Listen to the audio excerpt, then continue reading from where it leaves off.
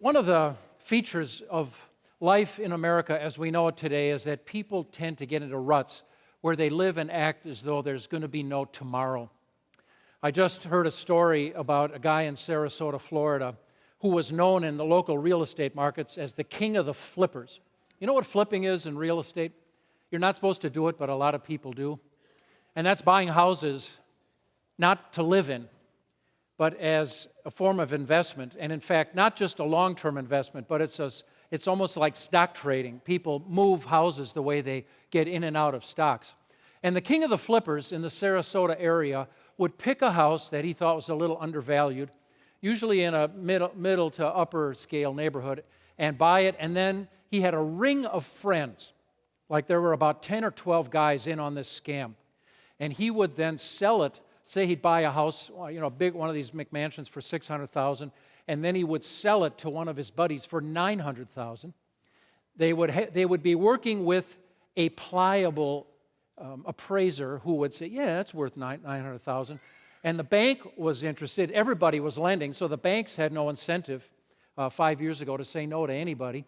And so if it looked like they had enough for a down payment, they would sell the house for $300,000 more than he bought it. And then they would then sell it again 6 months later, maybe even less, 3 months later. It would be sold again to another one of their friends. It would appraise out, and the banks were just thinking, well, this, I guess, is the real value of this thing. And every time they would flip it up higher, they'd take a new loan for more money. So they're squeezing cash out of this. Of course, the debt is also getting enormous, but they're milking this like a cow, and then they split up the cash.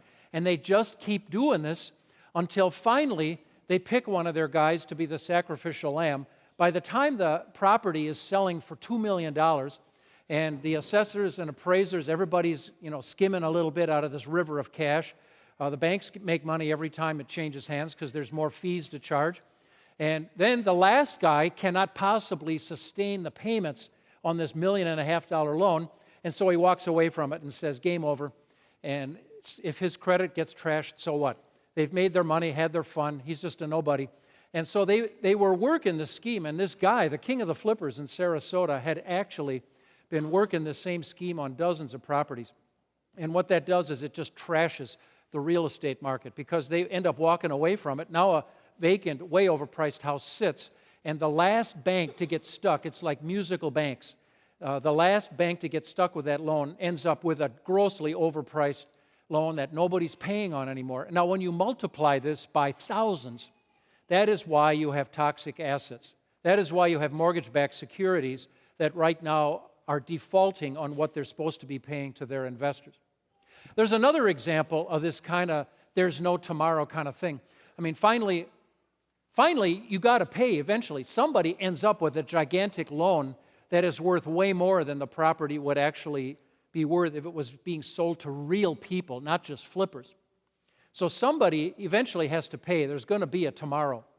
The king of those, there's going to be no tomorrow is Bernie Madoff. You guys all know who Bernie Madoff is, right? He generated the biggest Ponzi scheme in America, at least the biggest one I ever heard of. And that is that he built a reputation for doing very well as an investor, and people would give him money, and he would, even in down markets, return great investment returns to these people, and they thought he was a genius. All he was doing, though, was playing a game, because all he was doing was paying off yesterday's investors with tomorrow's, with his new clients' money. He never made any investments at all and somehow managed to conceal this from almost everybody. The guy was a genius. It's not because he's in prison now, not because he's dumb, he's too smart. He was so smart, he did the dance. Nobody figured out his scam. He had no investments. He just paid the old guys what he was taking in new guys' money. And eventually, you run out of new suckers, or somebody blows the whistle that there's no investments generating any of this income, and that all he's doing is paying off the old guys with the new guys, and that's unsustainable. And finally, there is a day of accountability. And he made this last for an unbelievably long time. And when everything blew up, he goes to prison, of course. He has no assets anymore. But he also destroyed quite a few foundations, charitable foundations, that had huge amounts of their portfolio invested in his investment firm. And now they have nothing because there were no assets. He was simply running a shell game, a con game. And finally, he ran out of time. Not because he was dumb, but because he acted like there was never going to be a tomorrow. Now, I am not here to talk to you as a financial advisor. If I was rich, you could listen to me, but I'm not, so I'm not here to talk about money today. I'm giving you some examples. What I really want to talk to you about, and what I am an expert on, is that there is a day of accountability coming, not for your money, but for you. And this I know with absolute certainty. There is a day coming when the game is going to stop, and you will give account for the way in which you've lived your life.